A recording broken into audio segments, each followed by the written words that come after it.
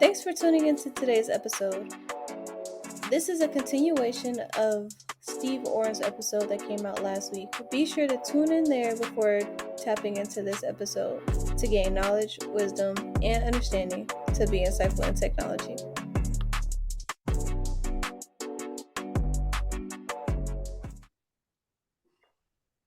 All right, so we went over the constant concerns in the industry. Now let's get into like how others can get to where you are. You've made it pretty far in your career, and we want to talk about that journey and how like a couple tips that you would give others. So there are a couple of ways to come at that question. I think really I'll put it into three key things. Number one, and they're not in priority order. Go off and try. I like to say break glass. One of the key ways to start, whether you're starting in your career or you're in a current career, you're looking to expand, is go try things, go learn things, go build things. If you're an IT management person and you want to get into solution development, download a development environment and start learning how to do Python code and figure out how to build systems and build some cool automation tools for your company. They see that you can do interesting things. If you have an idea, run with it. And so I think one of the things is don't be afraid of trying things. We learn from our failures and we learn from our successes. Sometimes I think I've learned more from some of my failures as far as how not to do things and how to do things going forward. So definitely number one is don't think about it, actually go do things, go learn it, go play with tools. Two is find some good mentors. They could be within your organization, they can be within your academic environment, or I mean, in my first mentor, I cold called. I literally sent him, at the time I sent him an email and reached out and said, hey, I'd like to, talk to you about, sort of working with me on this cool idea I have, and could you help me out? And that was Bruce Schneier, who was one of the godfathers of modern cryptography. And he became one of my early mentors to help me understand the industry, the technology, a lot of the esoteric technologies around cryptography, as well as the network that he brought to bear of the people that he then introduced me to. So definitely find mentors and find them both in the technology domains that you're interested in, but also in the business domain. Some of my best mentors weren't technologists. My VP of marketing, my CEO, or other VPs of other businesses, even partner company CEOs have been mentors to me. And so sometimes you get them through the network, sometimes you're literally cold calling. You'd be amazed that most senior executives are looking to mentor because they know they have to grow the next generation. And if they get a good one, they're going to bring them onto their team or into an environment where it makes sense. So mentorship is the second, and then constantly keep learning. There's so much information out there. There's so much, it's hard to keep up with it.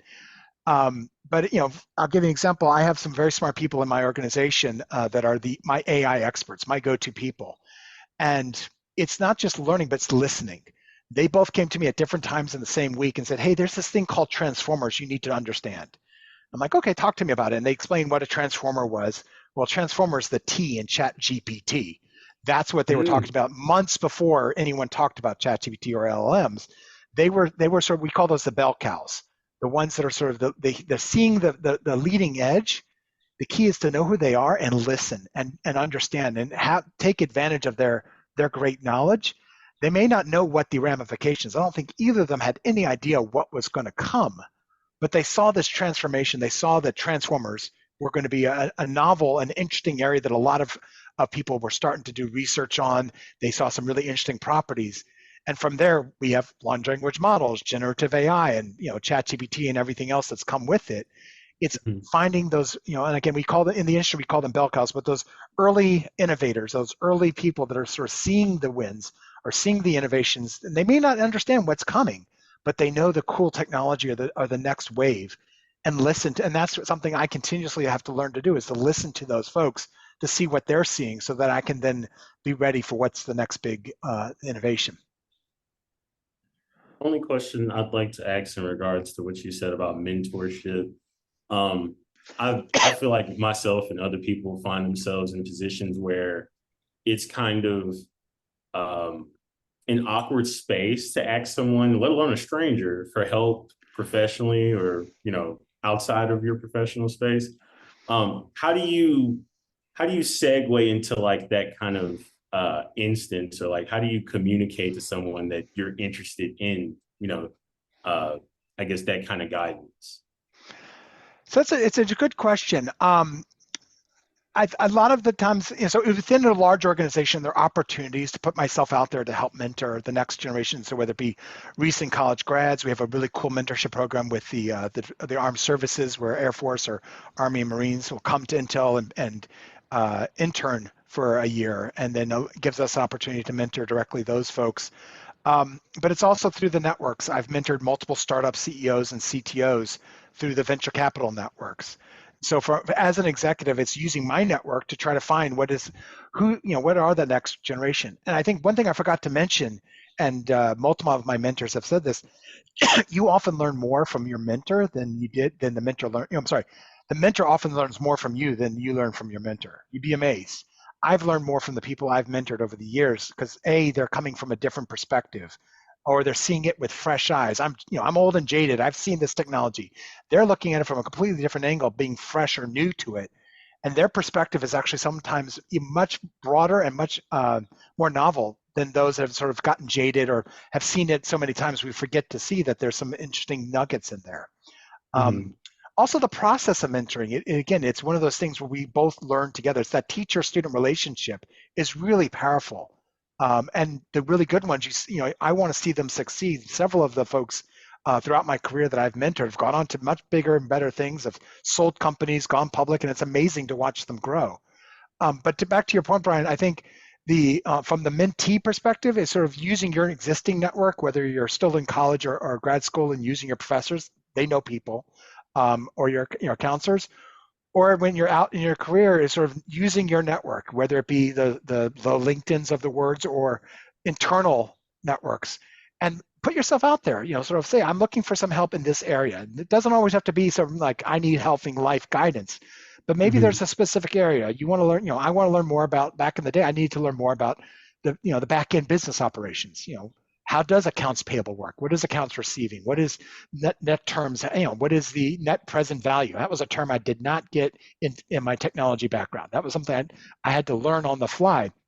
And so reaching out to to finance people and say, can we talk about this? How would I calculate the net present value of a particular solution I'm looking at, and having them explain it, and then that creates a relationship. So sometimes it's picking a specific thing that you're looking to them as the expert, and then that Mm-hmm. can blossom into a lot more. Yeah. So I'm really glad that you're able to help like curate and help people's careers, because that's what we do here on the podcast. We try to be able to provide as much information as possible, and we encourage the guests that we have, like, don't be afraid to reach out to people. Like, we strongly encourage that don't be afraid to reach out to people, because I found my mentor through doing like work-based learnings and stuff, and so I didn't know them. So I think the easy thing for me, who is like not have people around me doing this, is realizing that I have to go out and kind of find the people who are doing the thing and talk with them. And that's what's calmed my mind when it comes to reaching out, where it's just like, all right, I may not have nobody in my circle. It's okay to go find someone. The least they can say, like, the most they can do is like, offer, or the least they can do is say no. So you just Exactly. go for it. You just go for it. I And And you feel can like the find them only. go ahead. Go ahead. I was going to say that one of the interesting things is sometimes you can go to the non-obvious places. You see a cool YouTube training video. Well, there's a person who gave that video. They'd love to get feedback, and so talk to those folks. You see a paper presented at a conference, reach out to the author. You'd be amazed. Authors like to talk about what they did. We all like to talk about what we do, and so you'll find that Mhm. people are usually open to it. It's just taking that first step and reaching out. And I think the only issue that people have that I definitely struggled with in my undergrad was having this agency in my mind that I wasn't qualified to ask for the help to begin with. So it's like getting out of your own way kind of thing. You'd be surprised the number of people that actually watch YouTube and spend a large amount of time on YouTube, but they've never actually communicated with a content creator. So I Indeed. think that's a really good takeaway to add. I hope everyone listening to this, takes that as a step. I'm just like, I will say mentorship has changed and given me even provided way more opportunity than if I was to just do this alone. Absolutely. So You know, let's go ahead and see. Do you have any other things you'd like to say before we move into the last piece? well, I think one other thing about mentorship is that it also helps create communities. We start looking at sort of your interests are going to be aligned. So if you see a video or hear a paper that you think is interesting, and they obviously, as the creator of that content, are interesting, you're actually helping to create these micro communities. And as more people get involved and you get networked into their environment and you bring your fellows along to their environment, what you find is you build these communities or communities of interest that them themselves can blossom and grow, whether that be into a startup or just into an online sort of sharing space. There are mentors I've dealt with that I only get to see once a year if I'm lucky, at a conference, in particular conferences. But we communicate quite regularly over social and other communication means. And so it doesn't always have to be face to face. Mhm. Oftentimes it isn't these days. Thank you guys for tuning into the podcast. If you're at this point and you really like what you're listening to, go ahead and rate and subscribe and like the podcast and share this with other people who you think will find value in it. Let's get back to the episode. I feel like everybody is like one message, chat away, email away, call away at this point. So that's what I kind of like about the remote thing. Like that's when the pandemic happened and everybody started really working remotely, it became more transparent that you can just reach out to people through message through chat, and it's okay. It's not weird because now it's expected. Like it's like people are not out in the open anymore as much as they used to be. So when you shoot them a message or email, it's not weird. Yeah, It's not super weird. indeed. And the technology like Zoom and Teams and others have come along where we Yes. can have personal, communications Mhm. with video and interact with each other without having to get on a plane and fly. Yes. That's what I like about the podcast for one. Like I do these over Zoom, I do them virtual because I like the aspect of we can still talk. Like there's nothing like it doesn't take 5, 6, 7 days for us to sit down, have a conversation. Typically we just have to, get our schedules aligned and conversate. Yeah. So it makes it really easy. So Byron, got anything before we hop on to the next part?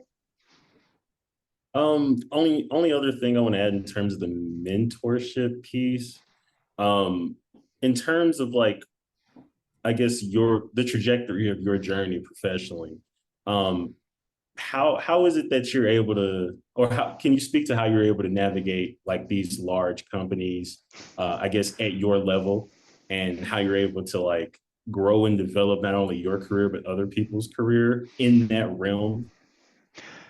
So Byron, that's a really good question. And when I got acquired back in 2005, I had no idea how to play big company. There was a learning curve there, and I think you find that with any small company that gets acquired is suddenly you're, instead of being the top dog of a 250 person company, you're now one person across 115,000.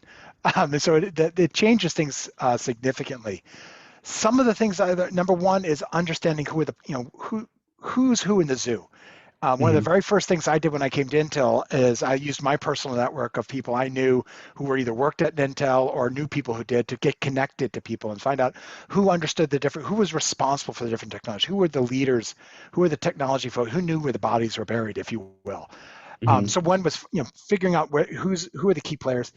And then the thing that served me very well throughout my career is we all have something we want to do. I want to go build the next product. I want to add this feature. I want to do something, and you're fighting along with 50,000 other people who have the same goal with a different technology or a different feature. One of the things is understanding the what are the needs, objectives, strategy of the people that you're trying to communicate to or communicate with. Who owns the funding? Who's going to benefit from the revenue? Who does this feature help, or what are they missing that you can help with them to get the curry that favor or to get that opportunity? And so it's really about understanding others and understanding what makes them tick, what gets them up in the morning. And some of it is aligning what you want to do to that strategy or to that individual VP of what makes them tick. Um, because ultimately you're trying to play at a much bigger organization where the inertia is really hard to overcome. And so aligning yourselves with the key strategies and the key efforts that are already underway or that are being planned for. And that's one of those skills that I had to pick up really quickly. And it's a similar skill you do when you do good sort of evangelism as a tech CTO in the startup world, you're salesman, janitor, you're every role. And one of the things you do is spend a lot of time talking to customers, trying to convince them that your whiz-bang technology is going to save their company or going to make them that much better. So you're trying to understand what makes them tick, what would make them buy or deploy your product. And you apply that same kind of motion to internal business units and executives. What would make them agree with you? What do you need to do to align your goals better with their goals? And that serves not just in sort of trying to get things done, but as you start moving up the chain and getting more into a strategic role, when you start thinking about your strategy, how does it align with the next level up strategy? Because then you get together to wive that wave and wive that and get part of that budget applied to your objectives and strategies. So it's learning how to play in that bigger environment. And a lot of it, like I said, is alignment and understanding the other, understanding what are the motivations, what are the strategies, what are the objectives, what are they going to get measured, in December of next year, what are they going to get measured against, and how did you help them, or how did you're helping them in turn helps you, and figuring that value chain is really a powerful tool in succeeding in large companies. Well, definitely thank you for pointing it out from your perspective, because I feel like a lot of people tend to get into the day-to-day of what they do professionally. So that's something that they're not even considering or thinking about. And I feel like the biggest thing that impacts like our generation is having like a sense of complacency once you feel like you've made it. So I definitely like the notion of staying hungry and staying like after or seeking knowledge, and always like, doing a review of where you are and trying to align that where you want to be. So I definitely appreciate that. Exactly. You gotta keep having those check-ins with yourself, especially if you're willing to grow. So let's go ahead and get into your motivational and insightful quote. Like, what has carried you through your career? Like, helps you something that you pull out of your back of your pocket and you're just like, all right, I remember it now. Now go. I think some of the best advice I got, and and there's a quote, it's from the book Good to Great by Jim Collins. And back in my early career, he came to speak at one of my startups, and so I got the opportunity to hear him in a small venue and to talk to him. And it's the line about get the right people on the bus, and there's a follow-up a couple paragraphs later, and listen to them. So part of what makes a great company, and that could be a great macro company, a great organization, or even a great team, is surrounding yourself with people smarter than you are, getting the right people on the bus, and listening to them. You can have the smartest people in the room, but if you ignore them, you haven't done anything. And so get the right people, get the smart people smarter than you with different views, diverse people. That's all kinds of diversity, different backgrounds, race, color, creed, and diverse thought. So finance people with different backgrounds. I have a research biology degree. I'm not a computer engineer, so I have a different viewpoint based on how I was trained.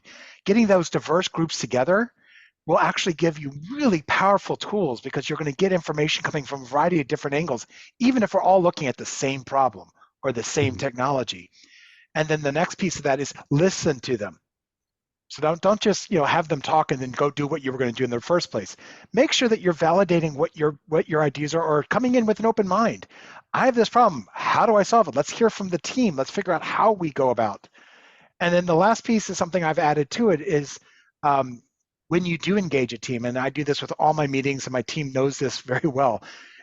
You attend a meeting. There should be an outcome. There's got to be an objective. And so the idea is that when you're doing something or you're collaborating with people, give people ownership to be able to get the job done.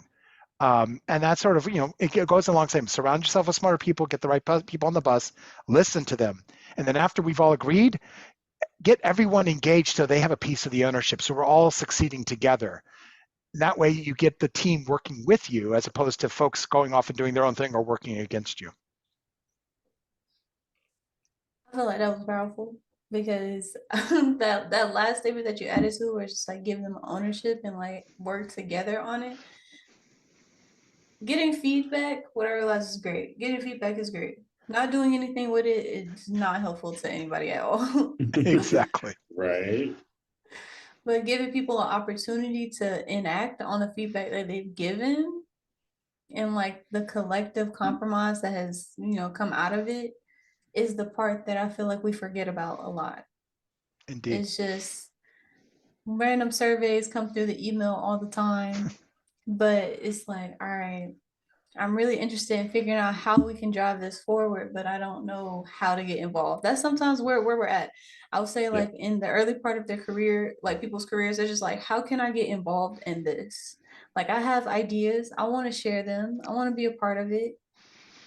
Like we mentioned earlier, mentorship heavily, because I believe in finding a mentor who actually is able to kind of a change maker, because it gives you, they have the confidence to go and make some changes, and it gives you a perspective of like, all right, what are the things that you have to accomplish to get to that? Or at least they give you, my mentor gives me the confidence to actually voice out all my voice out my opinions and be able to say, all right, this isn't working how you guys expected it to, or at least from my end, this is what I'm experiencing and seeing. And then the part where you're like the ownership, it's like, all right, if it's not working, can you show us a better way that it can? And if you have the ability and skill to change it, come on to the table. Absolutely. I think this is advice for mentors all over is delegate the authority and let people take ownership of the project. Provide the air cover. And so whether it's providing introductions or having their back when they tilt at the windmills. But one of the things I found is really powerful is when I empower my team to go off and say, here's this problem, go do it. It's on you. I'm here to support you. I'm not going to own this. I want you to own this because it helps everybody. Number one, it gives them something to own and really feel passionate about. And then at the end of the year, it gives us something to measure them that they were able to exceed or even try. And furthermore, because they're on the team, when we report that up to management and say, here's what my team did, that looks good on everybody. And so everyone wins when we can not just sort of listen to everyone, but delegate the ownership to drive whatever the task is. And it's on us as managers not to try to give somebody something that's above what they can handle. I'm not going to say go design the next chip, but when you look at sort of what's in there, and the key is to push people. Don't give them something that they could do in their every day. Give them something they have to work on. And that's what I want to do. I want to be given things by my manager that require me to think and do extra and research something and come back with, well, here's what I think we should do based on what the research I did. Because let's face it, a large majority of everyone's job is sort of the day-to-day attending meetings, answering emails, and trying to keep the boat on track. What powers us is let's go solve a really hard problem. Let's see. I know we're almost at time, so I want to thank you for coming onto the podcast and Yes, giving us thank you. knowledge, wisdom, and understanding and security and all the the stuff that you do. And really, I would like to say the main thing that I took away was the mentorship aspect, because I highly advocate for that as well. It's just it's a game changer, especially when you come from a background where nobody's doing what you're doing and you have to learn. And when you want to learn something new, when you really are Absolutely. interested in a different part. So I really appreciate that. Thank you. So last thing, the little shameless plug for the podcast, I'll make sure to include all of Steve's stuff in the show notes, and listen to the podcast and subscribe on whatever platform that you are on at the moment, and leave us a rating. We're always open for the feedback. We're talking about the feedback. So, and if you have any suggestions for people to be on be on the podcast, just let us know. So thank you guys, and tune in every week on Thursday.